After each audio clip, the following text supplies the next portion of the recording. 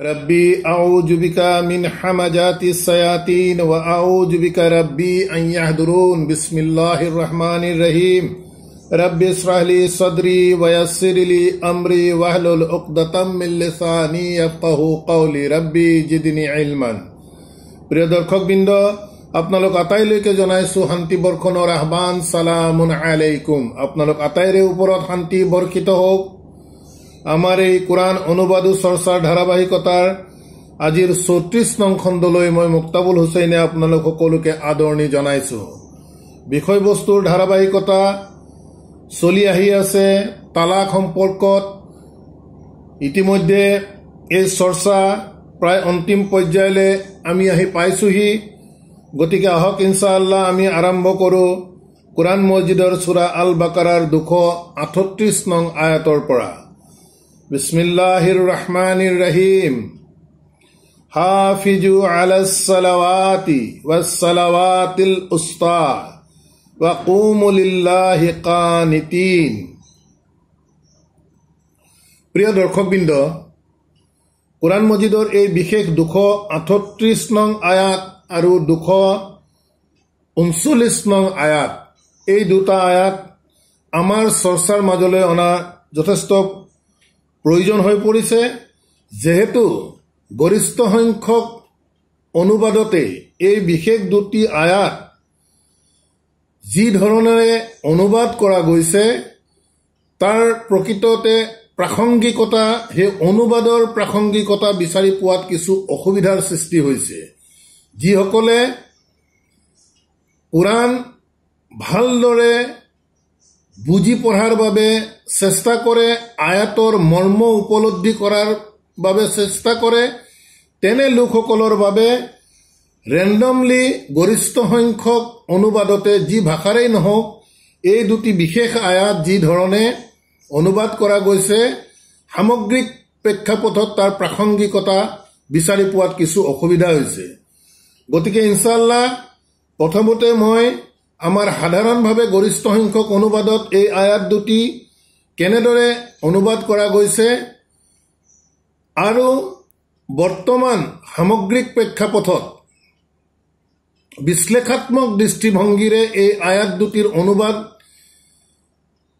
কেনে হলে বেছি খাপ খায়, এই দুইটা দিশে ইনশাআল্লাহ আমি আপোনালোকৰ আগত দাঙি ধৰাৰ চেষ্টা কৰিম। আপোনালোকৰ প্ৰতিও অনুৰোধ থাকিল আপোনালোকে চিন্তা চৰ্চা কৰক আৰু যিটোৱে আপোনালোকৰ বিবেকে উপযুক্ত বুলি ভাবে নিশ্চিতভাৱে সেইটো আপোনালোকৰ প্ৰত্যেকৰে নিজৰ নিজৰ সিদ্ধান্ত লোৱাৰ অধিকাৰ আছে। গতিকে আহক প্ৰথমতে আমি সাধাৰণভাৱে পোৱা অনুবাদটো আপোনালোকৰ আগত দাঙি ধৰিব বিচাৰিছো। হাফিজু আলাস সালাৱাত, তোমালোকে নামাজসমূহৰ যত্নবান হোৱা। ওয়াস সালাৱাতিল উস্তা, বিশেষভাৱে মধ্যৱৰ্তী সালাত। এই মধ্যৱৰ্তী সালাত বুলি কৈ ব্ৰেকেটতে হওক বা বিভিন্ন ব্যাখ্যাতে হওক মধ্যৱৰ্তী সালাত বুলি কৈ এই জুহুৰ আৰু আসৰৰ সালাতৰ বিষয়ে কোৱা গৈছে। ওয়া কুমু লিল্লাহি কানিতিন, আৰু বিনয়ীভাৱে নামাজত থিয় হোৱা। এই 238 নং আয়াতটিৰ ৰেণ্ডম তৰ্জমা আমি এনেধৰণেই বিচাৰি পাওঁ গৰিষ্ঠ সংখ্যক অনুবাদতে। এতিয়া ইয়াত চিন্তনীয় বিষয়টো এনেকুৱা ধৰণৰ হৈ পৰিছে যে মহান আল্লাহৰ যি কিতাপ, এই কিতাপৰ এক অতি সুনিৰ্দিষ্ট বিন্যাসেৰে প্ৰতিটো আয়াত সজ্জিত কৰা আছে। সেই কথা আমি ধৰিবৰ কাৰণে, বুজিবৰ কাৰণে কিছু কষ্ট কৰাৰ প্ৰয়োজন আছে। আয়াতবোৰ এনেকুৱা নহয় যে খামখেয়ালি কৰি জোৰ ইটোৰ এটা কথা সিটোৰ এটা কথা আনি খামখেয়ালি লগাই মানুহে বুজিব নোৱাৰাকে এই আয়াতবোৰৰ বিন্যাস গঢ় দিয়া হোৱা নাই মহান আল্লাহে। ইয়াৰ এক অতি সুউচ্চ পৰ্যায়ৰ বিন্যাস আছে।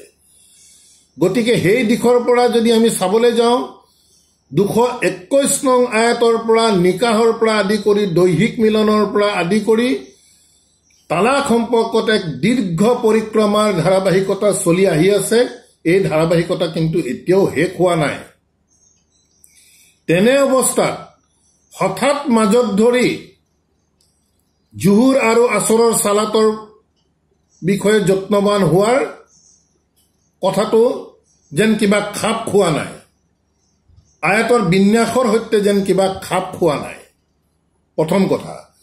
2 নম্বৰ কথা হৈছে যে সালাৱাতিল উস্তা, মধ্যৱৰ্তী সালাত। আল্লাহে কি জুহুৰ আৰু আসৰৰ সালাতক স্পেচিয়েলাইজ কৰা গৈছে নেকি, যাৰ বাবে পবিত্ৰ কোৰাণত সেই জুহুৰ আৰু আসৰৰ সালাতক বিশেষভাৱে যত্নবান হবৰ কাৰণে মহান আল্লাহে কৈছে? কিন্তু কথাবোৰ বিশ্লেষাত্মক দৃষ্টিভংগীৰে যদি চোৱা যায় তেন্তে হলে কথাবোৰ তেনেকুৱা ধৰণৰ উত্তৰ বিচাৰি পোৱা নাযায়। ইতিমধ্যে কোৰাণ মজিদত চৰ্চিত হোৱা, আলোচনা হোৱা বিভিন্ন বিষয়ৰ ভিতৰত এই নিকাহৰ পৰা আৰম্ভ কৰি তালাকলৈকে 221 নং আয়াতৰ পৰা যি দীৰ্ঘ পৰিক্ৰমাৰ চৰ্চা চলি আহি আছে, কোৰাণৰ ই দীঘলীয়া চৰ্চাৰ ভিতৰত এক অন্যতম চৰ্চা। আল্লাহে খুব গুৰুত্ব সহকাৰে এই নিকাহেই হওক বা দৈহিক মিলনেই হওক বা তালাকৰ প্ৰসংগই হওক যথেষ্ট গুৰুত্ব আৰোপ কৰিছে, যিহেতু ইয়াত বিষয়বস্তু জড়িত হৈ আছে, নাৰীৰ নিৰাপত্তা জড়িত হৈ আছে, কেঁচুৱাৰ নিৰাপত্তা জড়িত হৈ আছে, সাংসাৰিক নিৰাপত্তা জড়িত হৈ আছে। গতিকে ই মানুহৰ জীৱন সংগ্ৰাম, জীৱন পৰিয়ালৰ লগত জড়িত বিষয়বস্তু। আমি তালাক সম্পৰ্কে সাধাৰণভাৱে আমি কিবা এটা হলে আমি কাষতে পোৱা কোনোবা হুজুৰক আমি গৈ ঘপককে কওঁ যে হুজুৰ ইয়াৰ মাছলা কেনেকুৱা ধৰণৰ হ'ব। তালাক সম্পৰ্কই হওক বা নিকাহ সম্পৰ্কই হওক, এই বিষয়বোৰ কিন্তু আল্লাহৰ দৃষ্টিত ফান নহয়, কোনো ধেমেলীয়া বস্তু নহয়। আল্লাহে যথেষ্ট গুৰুত্ব আৰোপ কৰিছে। গতিকে সেই দৃষ্টিভংগীৰ পৰা যদি আমি এই আয়াতৰ অনুবাদ যদি আমি চাবলৈ যাওঁ, তেন্তে অনুবাদ আজিৰ বিশেষজ্ঞসকলে এনেধৰণে কৰিব বিচাৰিছে যে হাফিজু আলাস সালাৱাত, তোমালোক যত্নবান হোৱা, ৰক্ষণশীল হোৱা। আলাস সালাৱাত, সালাতৰ প্লুৰেলত আছে, বহু বচনত আছে।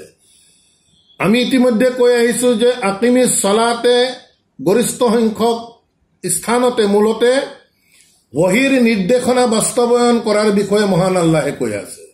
ওহীৰ নিৰ্দেশনা মানে কি? বিধান। এই বিধানবোৰ কেৱল কিতাপত লিখিত ৰূপত ৰখাৰ বাবে বা আমি বুজিবৰ কাৰণে মহান আল্লাহে দিয়া নাই। নিশ্চিতভাৱে ইয়াক বাস্তৱায়ন কৰিব লাগিব, আমাৰ জীৱনত ইয়াক কায়েম কৰিব লাগিব। এনেধৰণৰ বিধান কায়েম কৰাটোৱেই হৈছে আকিমিস সালাত। গতিকে ইয়াত আল্লাহে কৈ আছে হাফিজু আলাস সালাৱাত। ইতিমধ্যে যিমানবোৰ বিধান দি থৈ আহিছে মহান আল্লাহে বা আগলৈও যি দিব, আল্লাহে কৈছে যথেষ্ট তোমালোক যত্নবান হোৱা সেই বিধানসমূহৰ ওপৰত, এই নিৰ্দেশনাসমূহৰ ওপৰত তোমালোক যত্নবান হোৱা, হিফাজত কৰি ৰাখিবা। তোমালোকে যত্নবান হোৱা, ৰক্ষণশীল হোৱা সেই বিধানসমূহৰ ওপৰত। তাৰ পিছত কৈছে ৱাছালাৱাতিল উস্তা, আৰু এই বিধানসমূহে হৈছে আল উস্তা, মিডিয়াম, মধ্যস্থতাকাৰী। এতিয়া এই মিডিয়াম বা মধ্যস্থতাকাৰী বুলি কোৱাৰ লগে লগে আমি কোৰাণৰ পৰাই আমি ক্ৰছ ৰেফাৰেন্স দি চাব লাগিব যে কিহৰ মধ্যস্থতাকাৰী। ইতিমধ্যে আমি কোৰাণ মজিদৰ আল বাকাৰাৰ 143 নং আয়াত আমি অতিক্ৰম কৰি আহিছো। আপোনালোকৰ লগত যদি কোৰাণ মজিদ সন্মুখত আছে আপোনালোকে উলিয়াই লওক। তাত 143 নং আয়াতত মহান আল্লাহে কৈছে ওয়া কাজালিকা জাআলনাকুম উম্মাতান উসাতান। উস্তা শব্দ একেটাই, মধ্যস্থতাকাৰী। ওয়া কাজালিকা জাআলনাকুম, এনেদৰে আমি তোমালোকক গঢ় দিছো। উম্মাতান উসাতান, এটা মধ্যস্থতাকাৰী দল হিচাপে আমি তোমালোকক গঢ় দিছো। এতিয়া মধ্যস্থতাকাৰী দলটোৰ কাম কি হ'ব? যে মহান আল্লাহে ৰসুল সাল্লাল্লাহু আলাইহি ওয়াসাল্লামৰ লগত যিসকলে ইমান আনিছে বা আজিও আল্লাহৰ বিধানৰ ওপৰত যিসকলে ইমান আনি কাৰ্য কৰাৰ চেষ্টা কৰিছে সেই উম্মতসকলক আল্লাহে মধ্যস্থতাকাৰী বুলি কৈ আছে দল উম্মাতান ওয়াসাতান কিহৰ কাৰণে কৰিছে লিতাকুনু শুহাদা আলান নাস যাতে তোমালোক হ'ব পাৰা মানুহৰ ওপৰত সাক্ষী এই কথাটোৰ দ্বাৰা আমি কি বুজি পাই আছো যে ৰাসূল সাল্লাল্লাহু আলাইহি ওয়াসাল্লামে ওহী লৈ আহিছে আল্লাহৰ বিধান লৈ আহিছে এই বিধান আজিও কিতাপত জীৱন্ত ৰূপত আছে গতিকে যিয়ে এই বিধান নিজৰ জীৱনত কাৰ্যকৰী কৰিব আৰু আনৰ বাবে প্ৰচাৰ কৰি দিব তেনে লোকসকলক আল্লাহে উম্মাতান ওয়াসাতান বুলি কৈ আছে মধ্যস্থতাকাৰী দল গতিকে ৰোজ কিয়ামতৰ দিনা মানুহৰ ওপৰত এই উম্মতে ওয়াসাতান সাক্ষী হিচাপে থাকিব তাৰ পিছত ৰাসূল সাল্লাল্লাহু আলাইহি ওয়াসাল্লামে যে এই বিধান মানুহৰ মাজলৈ লৈ আহিছিল ওহীৰ মাধ্যমত গতিকে তাৰ পাছত একেটা আয়াততে কৈছে যে ওয়ায়াকুনুৰ ৰাসূলু আলাইকুম শাহিদান যাতে তোমালোকৰ বাৰ্তাবাহক তোমালোকৰ ৰাসূলো তোমালোকৰ বাবে সাক্ষী হৈ থাকিব পাৰে এই বিষয়বস্তু কিয়ামতৰ দিনা গতিকে এই যি উম্মাতান ওয়াসাতান বুলি কৈ আছে মধ্যস্থতাকাৰী হ'বলৈ হলে কোনো চেহেৰাৰ দ্বাৰা কোনো পৰিয়ালৰ ফালৰ পৰা নহয় যিয়ে এই আল্লাহৰ বিধানক বাস্তৱায়ন কৰিব সেই বিধান প্ৰকৃততে মানুহ আৰু উম্মতৰ মাজত মধ্যস্থতাকাৰী বিধান আল্লাহৰ নিৰ্দেশাত্মক আয়াতসমূহ তাৰোপৰি আমি ইতিমধ্যে যোৱাটো খণ্ডতে আমি পাই আহিছিলো যিটো মহাৰাণা আৰু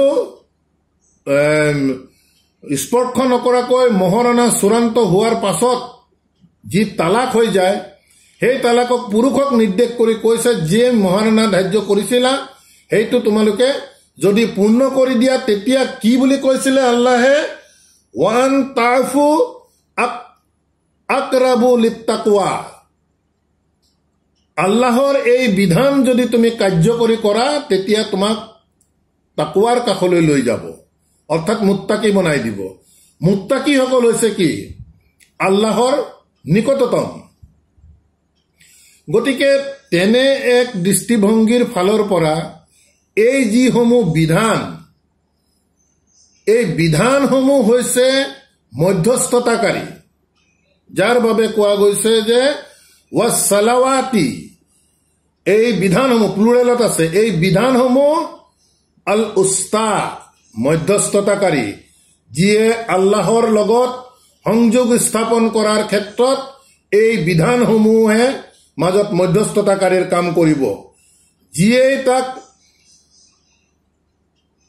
অনুশীলন কৰি নিজৰ জীৱনত বাস্তৱায়ন কৰিব তেৱে আল্লাহৰ কাষ চাপিবলৈ সক্ষম হ'ব বা 143 নং আয়াতৰ যি দেখুৱাই আহিলে ৰোজ কিয়ামতৰ দিনা মানুহৰ ওপৰত যি সাক্ষী হ'ব উম্মতে ওয়াসাতান মধ্যস্থতাকাৰী দলটো সেই দলটোৰ মূল বিষয়বস্তু হ'ব বিধান আল্লাহৰ নিৰ্দেশাত্মক আয়াতেই হ'ব মূল বিষয়বস্তু গতিকে সেই দৃষ্টিভংগীৰ ফালৰ পৰা ইয়াত কোৱা গৈছে যে তোমালোকে যত্নবান হোৱা আল্লাহৰ বিধানসমূহৰ ওপৰত ওয়াসালাৱাতিল উস্তা আৰু এই বিধানসমূহে হৈছে মধ্যস্থতাকাৰী যি তোমাক আল্লাহৰ লগত সংযোগ স্থাপন কৰাত এই বিধানসমূহে মাজত মধ্যস্থতাকাৰীৰ হিচাপে থিয় হ'ব পাৰে তাৰ পিছত কৈছে ওয়াকুমু লিল্লাহি কানিতিন আৰু আল্লাহৰ এই বিধানসমূহ মানি লোৱাৰ ক্ষেত্ৰত তোমালোকে কোনো ধৰণৰ বিতৰ্ক উজৰ আপত্তি নকৰাকৈ বিনয়ীভাৱে তোমালোকে ওয়াকুমু কায়েম হৈ কৰি লোৱা তোমালোকে থিয় কৰাই লোৱা তোমালোকৰ নিজৰ মাজত বিনয়ীভাৱে আল্লাহৰ এই বিধানসমূহ গতিকে আপোনালোকেও চিন্তা কৰিব দুয়োটা বিষয়বস্তু আপোনালোকৰ আগত দাঙি ধৰিলো 238 নং আয়াতৰ তাৰ পাছৰ আয়াতটোত কোৱা গৈছে যে যি ৰেণ্ডম তৰ্জমা এনেধৰণে কোৱা গৈছে যে ফাইন খিফতুম আৰু যদি তোমালোকে ভয় মাজত থাকা ফাৰিজালান আও ৰুকবানান, অনুবাদ কেনেধৰণ লিখিছে আপোনালোকে চাই ল'ব। ফাৰিজালান ওয়া ৰুকবানান, তোমালোকে যদি ভয় ভীতিৰ মাজত থাকা তেতিয়াহ'লে তোমালোকে খোজকাঢ়ি হলেও বা আৰোহণৰ অৱস্থাতো তোমালোকে নামাজ কায়েম কৰি দিয়া, তোমালোকে নামাজ আদায় কৰিবা। অথচ ইয়াত নামাজৰ সালাতৰ কোনো প্ৰশ্নই অহা নাই। ইয়াত সালাত শব্দটোৱে আমি ইয়াত বিচাৰি পোৱা নাই। তাৰপিছত কৈছে ফাইজা আমিনতুম, তাৰপিছত যেতিয়া তোমালোক নিৰাপদ হবা ফাজকুৰুল্লাহ কামা আল্লামকুম মা লাম তাকুনু তা'লামুন, যেতিয়া তোমালোক নিৰাপদ হবা, যেহেতু আগত ভয় ভীতিত আছিলা, নিৰাপদ যেতিয়া হবা তেতিয়া তোমালোকে আল্লাহক স্মৰণ কৰিবা যেনেদৰে আল্লাহে তোমাক শিকাইছে, আৰু মা লাম তাকুনু তা'লামুন, যিটো তোমালোকে জনা নাছিলা। এতিয়া ইয়াত যেহেতু 238 নং আয়াতত মহান আল্লাহে যত্নবান হবলৈ কৈছে কিহৰ ওপৰত? এই সালাৱাত সমূহৰ ওপৰত, বিধানসমূহৰ ওপৰত। কিন্তু যদি তোমালোকে সংশয় কৰা, ভয় কৰা যে কিবা কাৰণত তোমালোক যেতিয়া বাহিৰত থাকা, সি খোজকাঢ়িয়ে থাকা বা আৰোহণতেই থাকা, তেনে এক অৱস্থাত যদি তোমালোকৰ সংশয় হয়, ভয় হয় যে তোমালোকে আল্লাহে দিয়া এই সালাৱাতসমূহ তোমালোকে কায়েম কৰিবৰ কাৰণে অসুবিধা হ'ব, যদি তোমালোকে ভয় কৰা সেই বিষয় লৈ, তেতিয়া মহান আল্লাহে কৈছে ফাইজা আমিনতুম, যেতিয়া তোমালোক নিৰাপদ হবা, তোমালোক নিজ গৃহত যেতিয়া তোমালোক থাকিবা, কোনো ধৰণৰ ভয় সংশয় বা কোনো ধৰণৰ খোজকাঢ়ি বা আৰোহণৰ পৰা যেতিয়া তোমালোকে নিজ ঘৰত নিৰাপদে যেতিয়া থাকিবা, ফাজকুৰুল্লাহ, আল্লাহক স্মৰণ কৰা, অৰ্থাৎ আল্লাহে যি ধৰণে কৈছে সেই মতে তোমালোকে কাম কৰি যোৱা, বিধান মানি যোৱা। কামা আল্লামাকুম, যিদৰে আল্লাহে তোমালোকক ইতিমধ্যে শিকালে, আল্লামাকুম, এই গোটেই বিধানসমূহ আমি যদি ভিতৰৰ পৰা চাবলৈ যাওঁ, আল্লাহে যেন আমাক কাগজ কলম দি হাতত ধৰি শিকাইছে, এনেকে এনেকে খুটি নাতি মাৰি কৈছে। সেইবাবে কৈছে কামা আল্লামাকুম, যি ধৰণে তোমালোকক আল্লাহে শিক্ষা দিছে ইতিমধ্যে, মা লাম তাকুনু তা'লামুন, যিটো তোমালোকে ইয়াৰ আগত জনা নাছিলা। গতিকে প্ৰিয় দৰ্শকবৃন্দ, আপোনালোকৰ ওপৰতো আমি আহ্বান কৰিছো যাতে এই দুয়োটা আয়াত আপোনালোকে চিন্তা চৰ্চা কৰক, কাৰণ ইয়াত বিন্যাসৰ ফালৰ পৰাও যদি আমি চাবলৈ যাওঁ, ধাৰাবাহিকতা চলি আহি আছে তালাকৰ প্ৰসংগত, হঠাৎ মাজত ধৰি জুহুৰ আৰু আসৰৰ নামাজ ওপৰত যত্নবান হোৱা, কথাবোৰ কিবা প্ৰাসংগিকতা নোহোৱা যেন হৈ পৰে। কিন্তু আজিৰ বিশ্লেষাত্মক দৃষ্টিভংগীৰে যদি এনে যি ধৰণে অনুবাদ কৰাৰ বিষয়ে কৈছে, সেই ধৰণে আহিলে নিশ্চিতভাৱে ইয়াত আমি প্ৰাসংগিকতা আমি বিচাৰি পাম। গতিকে ইনশাআল্লাহ আমি আশা কৰিম আপোনালোকেও এই দুয়োটা আয়াত বিশেষভাৱে আপোনালোকেও চিন্তা চৰ্চা কৰক। তাৰপাছত মহান আল্লাহে কৈছে ৱাল্লাযীনা ইয়াতাৱাফাউনা মিনকুম, আৰু আল্লাযীনা ইয়াতাৱাফাউনা মিনকুম, তোমালোকৰ মাজৰ পৰা যিসকল ৱাফাত হৈ যায়, অৰ্থাৎ যিসকলে ইতিমধ্যে ইন্তেকাল হৈ যায়, ৱা ইয়াজাৰুনা আজৱাজান, আৰু সিহঁতৰ পত্নীসকলক এৰি থৈ যায়, তেতিয়া হুকুম কৰিছে আল্লাহে ৱাসিয়াতাল লি আজৱাজিহিম, সিহঁতৰ পত্নীসকলৰ বাবে যাতে ওসিয়ত কৰি যায়। কি ওসিয়ত? মাতাআন ইলাল হাউলি, 1 বছৰৰ বাবে পূৰ্ণ ভৰণ পোষণৰ সম্পূৰ্ণ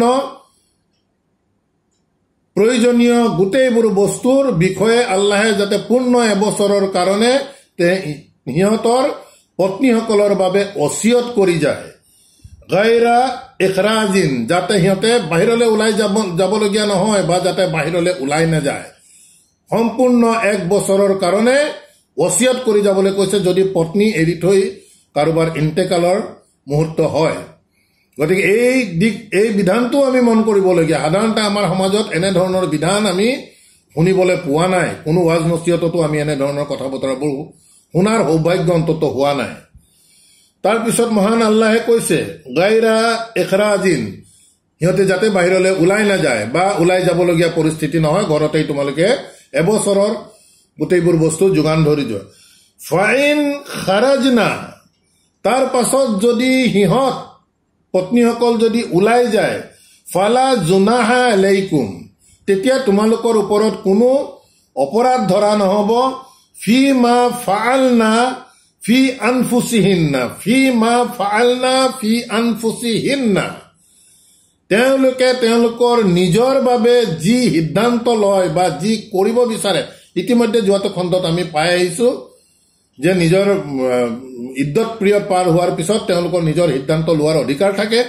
গতিকে যদি তেওঁলোকে 1 বছৰৰ নহওঁতে যদি ফাইন খাৰাজনা, সিহঁত যদি ওলাই যায়, ফালা জুনাহা আলাইকুম, তেতিয়া তোমালোকৰ ওপৰত কোনো অপৰাধ ধৰা নহব। ফি মা ফাআলনা ফি আনফুসিহিন্না মিন মা'ৰুফিন, তেওঁলোকে সন্মান সহকাৰে যদি নিজে নিজৰ কোনো সিদ্ধান্ত লয়, আন কাৰোবাৰ লগত ইদ্যত পাৰ হোৱাৰ পিছত যদি বিবাহ পাশতো আবদ্ধ হয় সন্মান সহকাৰে, তেতিয়া তোমালোকৰ ওপৰত কোনো অপৰাধ ধৰা নহব। ৱাল্লাহু আজিজুল হাকিম, আল্লাহ যথেষ্ট ক্ষমতাশীল আৰু সকলো জ্ঞানৰ জ্ঞানী। প্ৰিয় দৰ্শকবৃন্দ, এই আমি দেখি আহিছো প্ৰতিটো আয়াতৰ পিছতে আল্লাহৰ এটা এটা জোৰা নাম দিয়া যায়। ইয়াত কৈছে আজিজ, হাকিম, আমি আগতেও পাই। সাধাৰণতে আমি এই জোৰা নামবোৰক আল্লাহৰ আমি গুৰুত্ব নিদো, কিন্তু ইও এক যথেষ্ট গুৰুত্ব দিবলগীয়া বিষয়, যেহেতু এই জোৰা নামৰ ওপৰত ভিত্তি কৰিয়ে ইতিমধ্যে আল্লাহে কৈ অহা আয়াতটোৰ বুজ নিহিত হৈ থাকে ইয়াত। গতিকে প্ৰতিটো দিশ যদি আমি খুঁটি নাটি মাৰি যদি কোৰাণ বুজিবলৈ চেষ্টা কৰো, ইনশাআল্লাহ মহান আল্লাহে এইবোৰৰ বুজ আমাক সকলোকে দিব। তাৰপিছত মহান আল্লাহে কৈছে ৱালিল মুতালাক্কাতি, আৰু তালাকপ্ৰাপ্ত মহিলাসকলৰ বাবে মাতাউন বিল মা'ৰুফি, তেওঁলোকৰ ভৰণ পোষণ সন্মান সহকাৰে তোমালোকে নীতিগতভাৱে ন্যায্যভাৱে আদায় কৰাটো প্ৰয়োজন, যি ইতিমধ্যে আমি পঢ়ি আহিছো। তাৰপিছত মহান আল্লাহে কৈছে হাক্কান আলাল মুত্তাকিন, এই তালাকপ্ৰাপ্ত মহিলাসকলৰ যি ভৰণ পোষণ ইতিমধ্যে মহান আল্লাহে আমাক বিস্তৃতভাৱে কৈ আহিছে, তেওঁলোকক সন্মান সহকাৰে দিয়াটো হাক্কান আলাল মুত্তাকিন, মুত্তাকিসকলৰ ই এক কৰণীয় আল্লাহে দিয়া অধিকাৰ, গতিকে ইয়াক পালন কৰিবলৈ কৈছে। তাৰপিছত মহান আল্লাহে কৈছে কাজালিকা ইউবাইয়িনুল্লাহু, এনেদৰে আল্লাহে বিস্তৃত ব্যাখ্যা কৰি দিছে, লাকুম, তোমালোকৰ বাবে, আয়াতিহি, তেখেতৰ আয়াতসমূহ, লাআল্লাকুম তাকিলুন, যাতে তোমালোকে চিন্তা চৰ্চা কৰা। আল্লাহৰ আয়াত লৈ চিন্তা চৰ্চা বাৰম্বাৰ আল্লাহে কৈ আহিছে যে তোমালোকে চিন্তা কৰা। গতিকে আল্লাহে কৈছে এনেদৰে ইউবাইয়িনুল্লাহু, আল্লাহে বিস্তৃত ব্যাখ্যা কৰি দিছে, মুকলি কৰি দিছে, লাকুম, তোমালোকৰ বাবে, আয়াতিহি, তেখেতৰ আয়াতসমূহ, লাআল্লাকুম তাকিলুন, যাতে তোমালোকে চিন্তা চৰ্চা কৰা। গতিকে দৰ্শকবৃন্দ, আমি আজিৰ আমাৰ এই অনুবাদ ও চৰ্চা ধাৰাবাহিকতা আমি ইমানতে সমাপ্ত কৰিব বিচাৰিছো। ইতিমধ্যে যিসমূহ বিষয় বিশেষভাৱে 238 আৰু 239 নং আয়াত সম্পৰ্কত আমি পুনৰবাৰ আপোনালোকক অনুৰোধ কৰো, যাতে আপোনালোকে নিৰপেক্ষ দৃষ্টিভংগীৰে, কোৰাণৰ পৰা কোৰাণ বুজাৰ দৃষ্টিভংগীৰে আপোনালোকেও চিন্তা চৰ্চা কৰক। নিশ্চিতভাৱে প্ৰত্যেকেই বুজিবৰ কাৰণে সক্ষম হ'ব। আৰু অপ্ৰিয় হলেও আমি ক'ব লাগিব, আজিৰ গৰিষ্ঠ সংখ্যক অনুবাদে আমি দেখিছো, যিসকলে সূক্ষ্মভাৱে ইয়াক অধ্যয়ন কৰিবৰ চেষ্টা কৰে, তেখেতসকলৰ ওচৰত একেবাৰে স্পষ্ট হৈ পৰে যে গৰিষ্ঠ সংখ্যক অনুবাদেই কোৰাণৰ বাহিৰত ইতিমধ্যে সুপ্ৰতিষ্ঠিত হৈ থকা এক ধৰ্মীয় শৰীয়তৰ ভিত্তিতহে অনুবাদবোৰ কৰা গৈছে। কিন্তু আমি আপোনালোকৰ মাজলৈ আহিছো যে এই কোৰাণে কি কৈছে, কোৰাণৰ আয়াতে প্ৰকৃততে কি কৈছে, কোৰাণৰ আয়াতৰ পৰাই প্ৰত্যক্ষভাৱে আল্লাহে কি ক'ব বিচাৰিছে তাকে প্ৰতিফলন কৰাৰ বাবে আমাৰ চেষ্টা আমি অব্যাহত ৰাখিছো। গতিকে ইনশাআল্লাহ আমি পৰৱৰ্তী খণ্ডত পৰৱৰ্তী আয়াতৰ পৰা আমি আৰম্ভ কৰিম। ৰাব্বানা আমান্না বিমা আনজালতা ফাক্তুবনা মা'আস শাহিদিন। সালামুন আলাইকুম।